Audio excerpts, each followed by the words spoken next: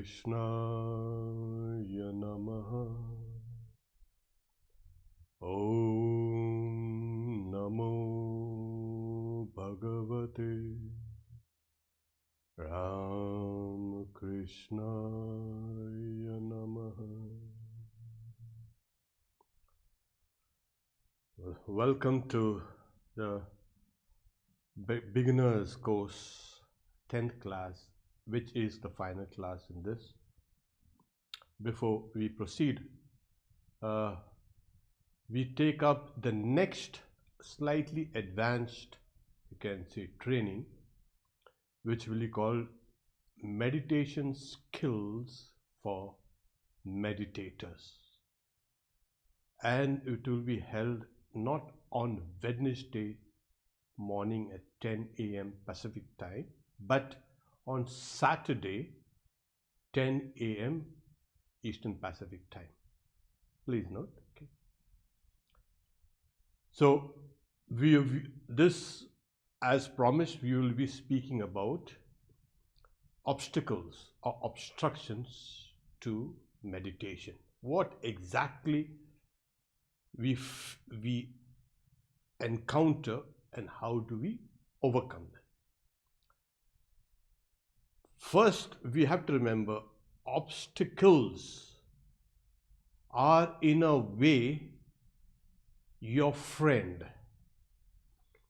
If you overcome the obstacles, you'll be filled with that energy. So don't kind of take it as a kind of something that cannot be conquered. Every obstacle that emerges during meditation is inevitable, are inevitable. So in this inevitability can be turned in our favor so that we get to conquer them and get to release our energy inside. The first obstacle is, of course, the body. We know that the body is a big obstacle. But for the last 5,000 years of yogas practiced by yogis and yoginis, for these thousands of years, they have shown us the way that the body is not a big obstacle. If it can be trained properly, it will be rather an help. The second obstacle, as we know, are the senses. They are going outside. There also it has to be turned inside. The third obstacle is the vital energies within us. That's the third obstacle. If they can be harmonized, they will be to your benefit. And then the mind. And the mind, there is a long list of obstacles that the Yoga Sutras gives us. It starts with disease, mental laziness, doubt, and lack of enthusiasm, and you can say then actual laziness, and then wrong perception, and the mind trying to get into enjoying things, etc. It's called Vyadi, Sthana, Samshaya, Pramada, Avirati, Bhranti Darshana, etc. But for a beginner, when anyone sits down to meditate, has two main obstacles: sleep, and if you can conquer sleep, restlessness of the mind. Sometimes they are both together, always together. Either the mind is sleepy or the mind is restless. As the scripture says, Laye Sambodhaye Chittam. When the mind is feeling sleepy, arouse it, awaken it. Vikshiptam Shamayat Puna. And when the mind is restless, control it. Well, easier said than done. And you say, okay, we'll do it. But it is an uphill task. In sleep, what happens is the body is still, the mind is slightly getting calm. And it is at that time the mind knows the next thing that it has to do is fall asleep. When you go to sleep, just before you fall asleep, the mind becomes calm. And the mind runs into these old ruts. So, when the mind becomes calm, fall asleep. The next is a person is meditating and very seriously meditating. But it's like a lake you have, and this mist that rises on the lake first is just imperceptible, and slowly and gradually the mist increases, and it envelops the you can see the lake. You can see the lake. When one sits down to meditate, something like this happens. We are sitting down to meditate, and that mist of sleep slowly arises from the mind itself, and as it arises, it takes over. So we will start with some of the obstacles that we encounter, and we'll discuss them. The first thing is the body has to be, you can say, absolutely still and straight. The moment you bend down like this, we know that sleep is overpowering. So sitting up straight helps fight sleep. So we can look at the screen and we'll take this one by one. So sitting up straight helps in conquering sleep. And the moment you feel your body going flaccid, loose, straighten it up again. This will keep you alert and awake. When we close our eyes, we tend, like I said, to fall asleep because of the old habit. After a while, you tend to fall asleep. Sleep just overpowers you. So keep the eyes half closed. Those who are prone to falling asleep need to keep the eyes half closed. See that there is nothing in front of you, because what happens is your eyes will try to see some objects around you, either your clothes or the part of your foot, etc. So keep the space in front of you clear of everything and also free from all clutter. The third is use deep breathing. Like I said, use either core breathing, like from pushing in and pushing out the belly.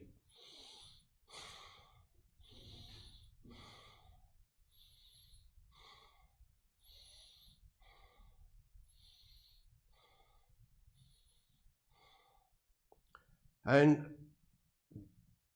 suck in the air and expel it forcibly. This will actually bring in a little freshened energy to your system. So deep breathing removes that mist of sleep trying to overcome your mind. The fourth is, when you close your eyes, feel yourself surrounded by light. That light is within you and also outside you. When you close your eyes, your inner space that you are aware of, let it be brightly lit, like some of these lights. When you close your eyes, you should not see a kind of gray area or black or something like that, darkness. No. You must see everything as it were lit up. This will remove off that sleep, that laziness coming. And if the sleep is really very strong, then I would suggest leave your seat, leave the asana, And also what you can do is pace up and down with a rosary or just with your counting your mantra, pace up and down for a while and then return back to your seat. There are other things like splashing water on your face, or you can say singing, softly singing while you pace, or even while you're sitting down, the sleep is coming, softly sing and push all that you can say sleep away from it. There's another method, this it's like this: interlock the pinkies, like the little finger. What it does?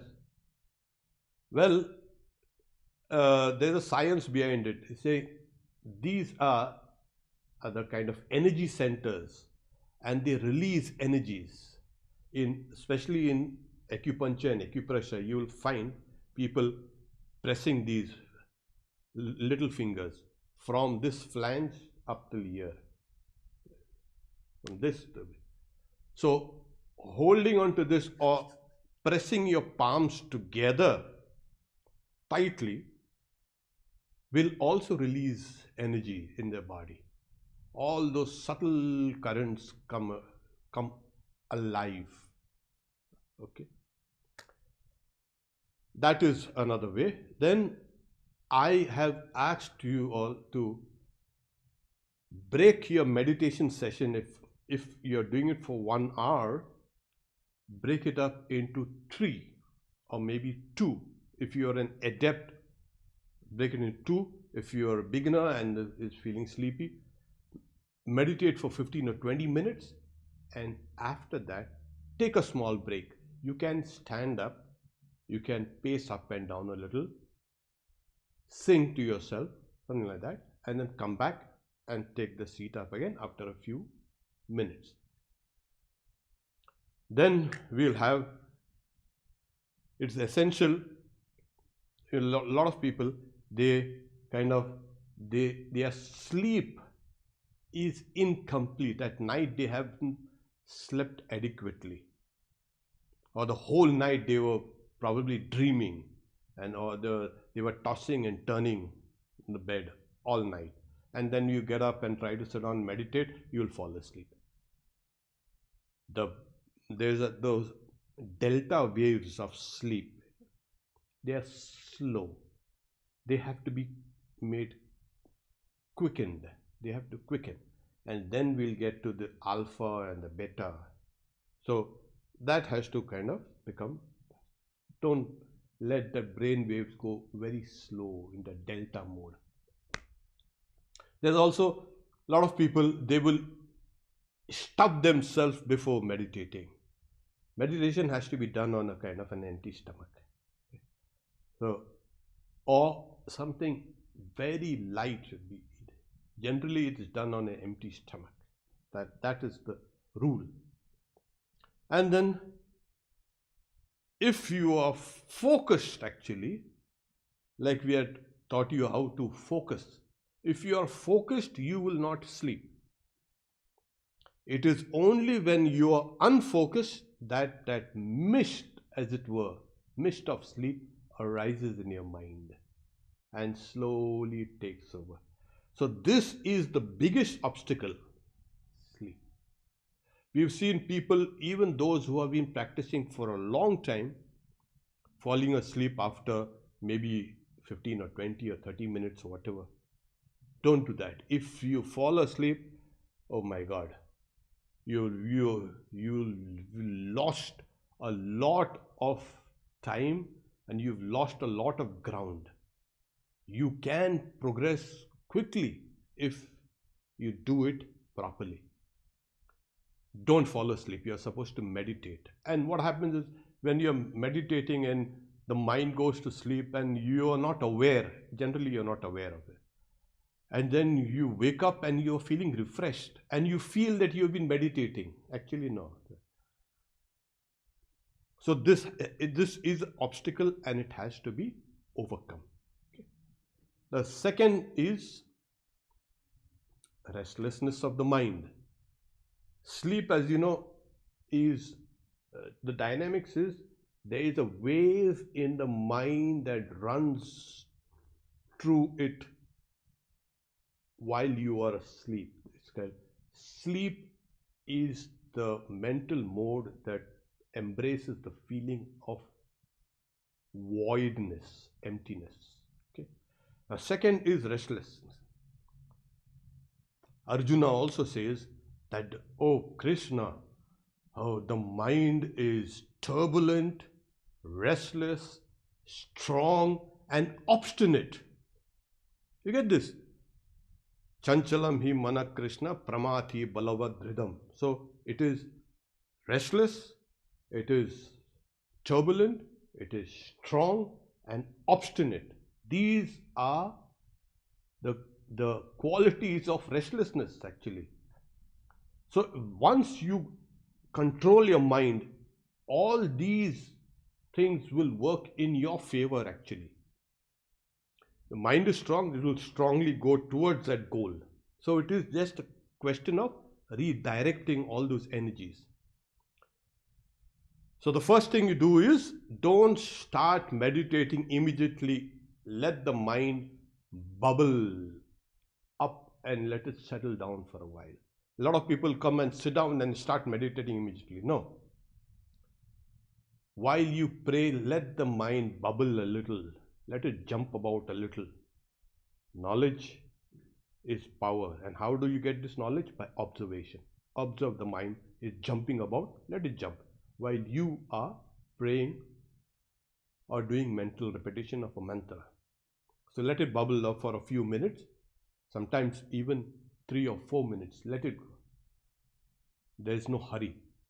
So the mind slowly wants attention, craves attention, you see. It's like a spoiled child, always. Even grown-ups are like that. They always crave attention. So don't pay attention to it. Keep on praying, keep on repeating the japa. Okay. Secondly, when you see the mind with all these thoughts coming up, tell yourself, remind yourself that these are old experiences which have nothing to do with you now.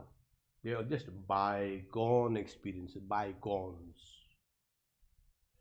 You have crossed over all these things.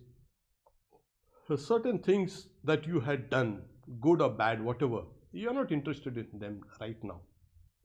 Yeah.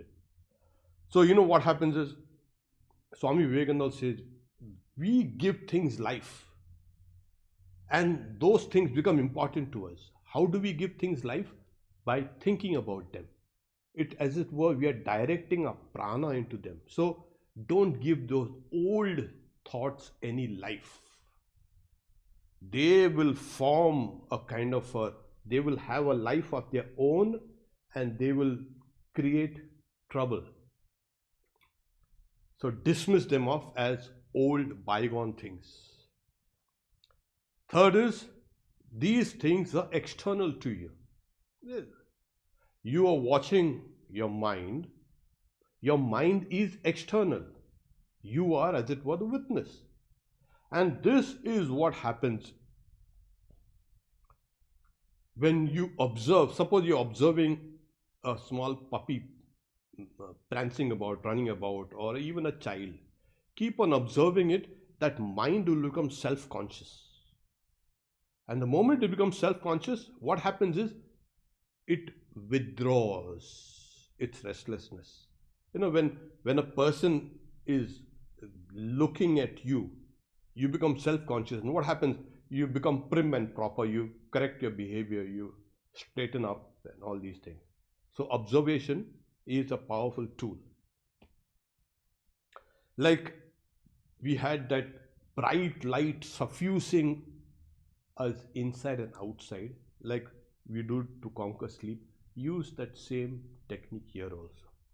Feel the inside space all brightly lit, like golden color or a yellow color. It's bright. What happens is, the more things are kind of dark out there, the more there's restlessness there. The more there's luminosity is there, the more things are calm out there. Now we had started on this sequence of meditation from class 1, from posture right down to focus and flow. If you can really focus on the sequence, follow the sequence, you will not have any difficulty in either sleep or restlessness. Guaranteed. Because you have controlled your willpower, increased it, you have controlled the mind to a certain extent, you will learn to focus it, you have learned to flow with the mind, and this removes of all restlessness. We have another method called a Trataka. This has been elaborated by me in some other places. When we do the next session of meditation from next Saturday, we'll speak about it at length. But here it is, when your mind is restless or mind is sleepy, open your eyes. Open your eyes and see the picture or the object you're meditating on clearly. Watch it for a few minutes or a few seconds intently. Close your eyes and now watch that same object in the mind. And as it becomes slightly fading away, as it fades away, open your eyes again and watch that object again. The picture of God, the picture of a guru, picture of a deity, a symbol, whatever. It has to be kept at eye level and intensely watch it. Close your eyes, see that same image here in your mind, and as it becomes hazy and starts to fade after a few minutes, open your eyes again. This is a very powerful method to control restlessness, which we will see it later. Then we have Om. If you're alone, repeat this Om loudly or semi-audibly or even mentally, but that sound has to reverberate inside you. It has to be kind of very loud inside. Om. Make it lengthened. Om.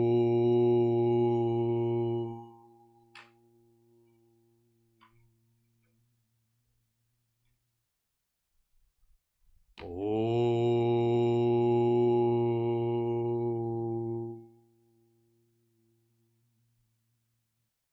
Feel that sound rising from the navel.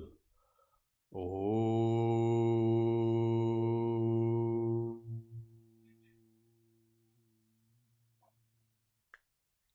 This is. Then there is something called integration. This is meant for those who are slightly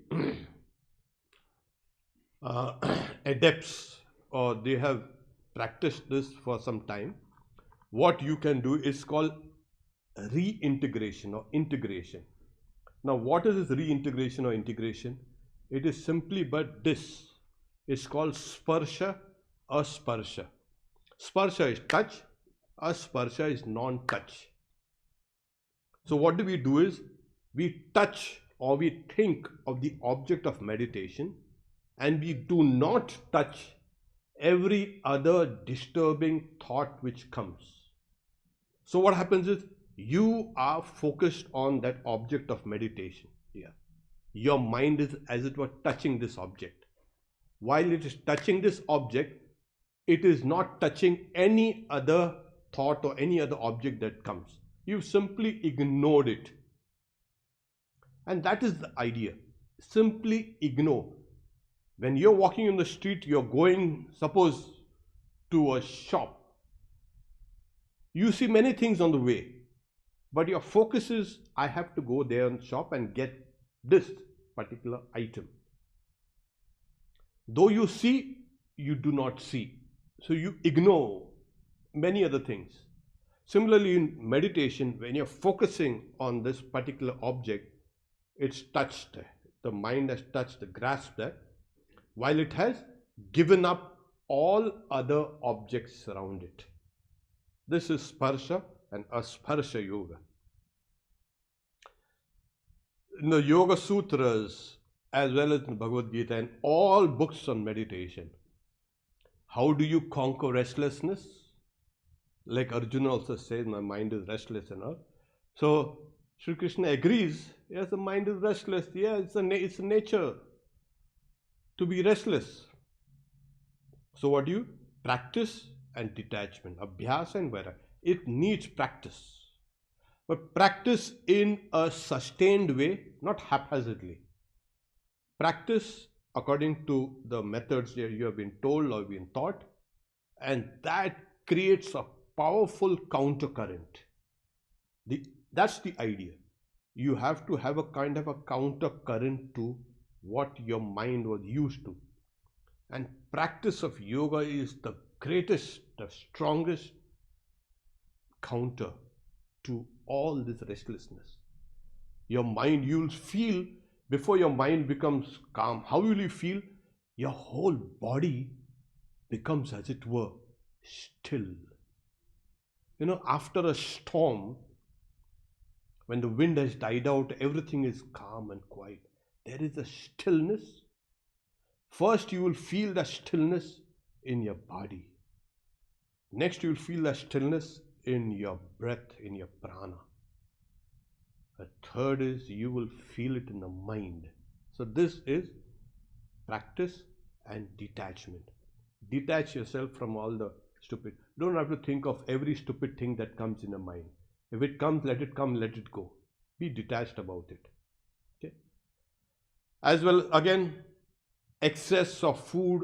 You know, the mind is created. You have a material, but you're creating it every moment with your thoughts, with your food, with what you think. You're creating your own mind every moment. So from now on, eat things that are helpful, things that make your body and mind calm.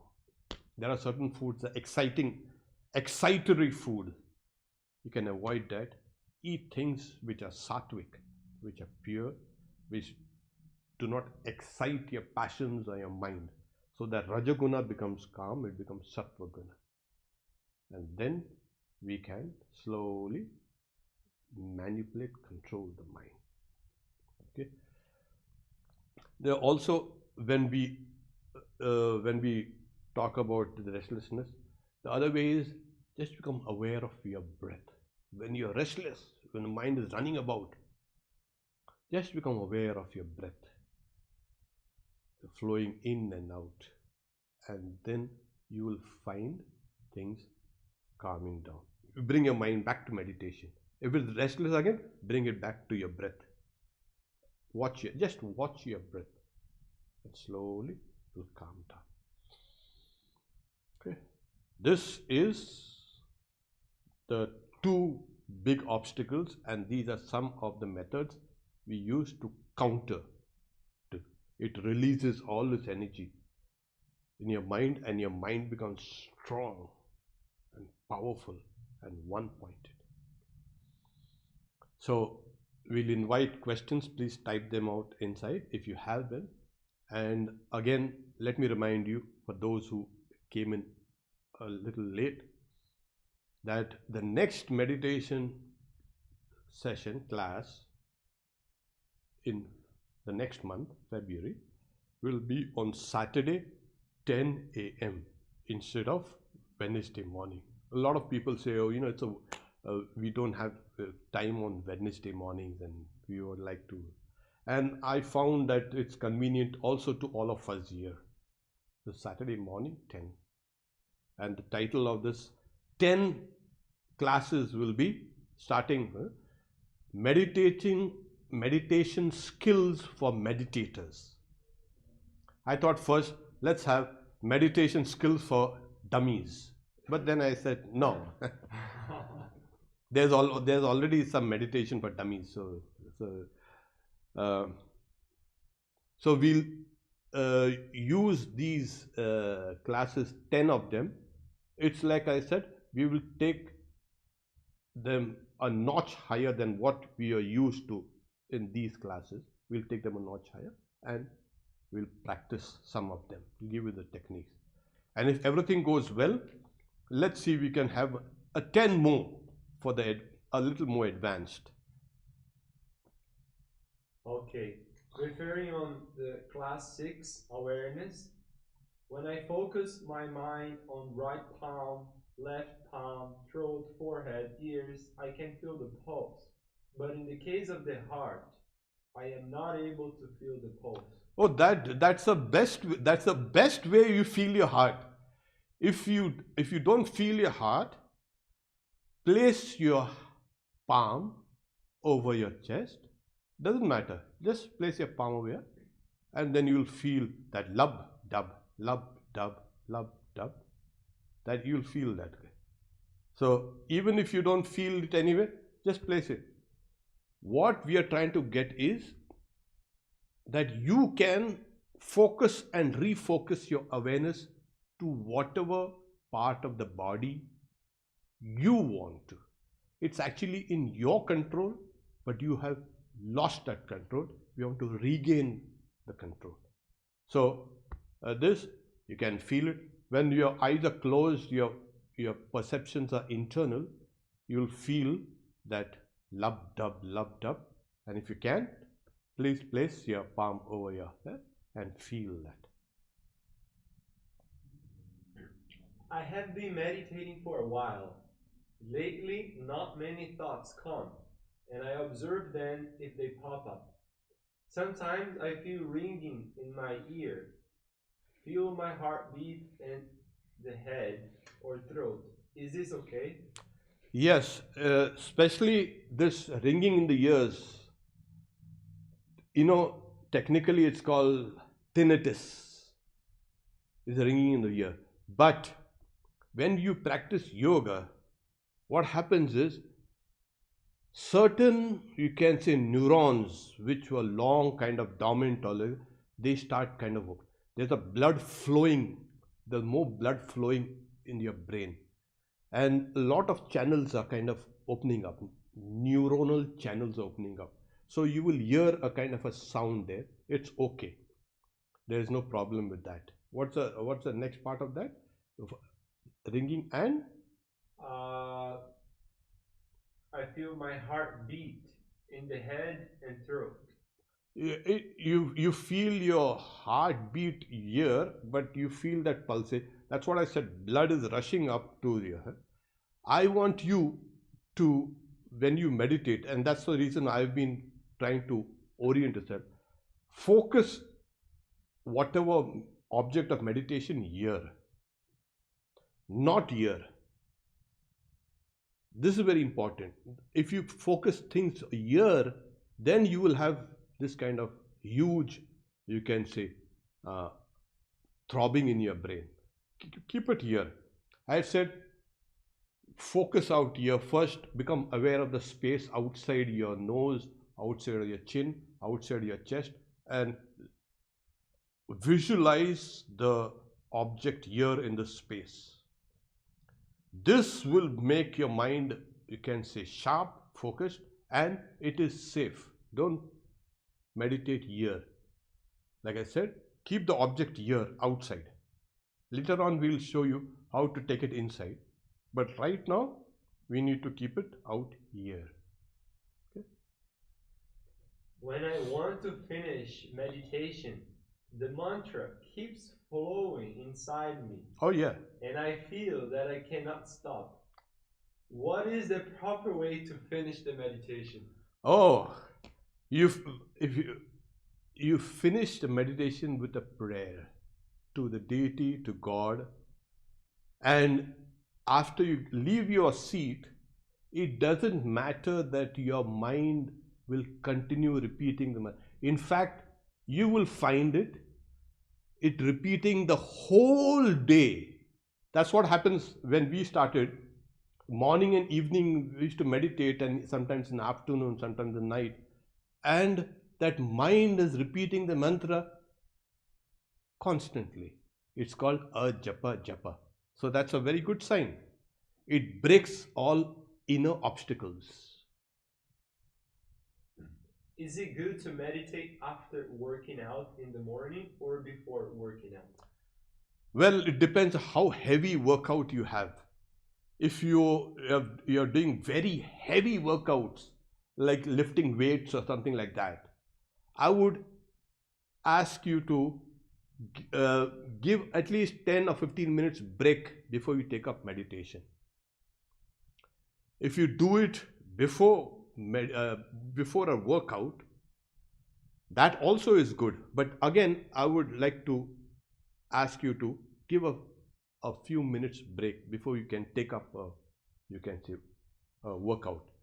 The idea is the more heavier the workout, it's good. It really helps the body and the mind also. But meditation is an activity is completely internal. In fact, take meditation as an inner internal workout actually. It is like if I ask you to lift a table, well, it takes a lot of strength. That same strength has to be applied when we are meditating inside. So, yes, please go on. Find out which is convenient, before or after, but give a small break between the two activities. Yeah, I don't understand this question, but it says, when doing japa, does the vakari automatically become madhyama, etc., or should it force? Yeah, Vaikhari. No, it becomes automatically. Don't force it. As you can say, the sound is coming out from here, it's either semi-audible or even inaudible. It comes as your repetition becomes deeper and deeper and deeper. You will find it going down to, you can say, madhyama and pashyanti. Don't worry. It's just a good sign. Keep on doing it. Don't force it. You can actually force it. You'll upset the whole thing. Let meditation should be a natural process. It will be as natural as your breathing. So the mind will take this practice up and let it be natural. Okay. No more questions. So thank you. So we see each other again, not on next Wednesday, February but 6th. February 6th, Saturday at 10 a.m. Pacific time, of course. Om Shanti Shanti Shanti Harihi Om Tat Sat Shri Ram Krishna Arpanamastu.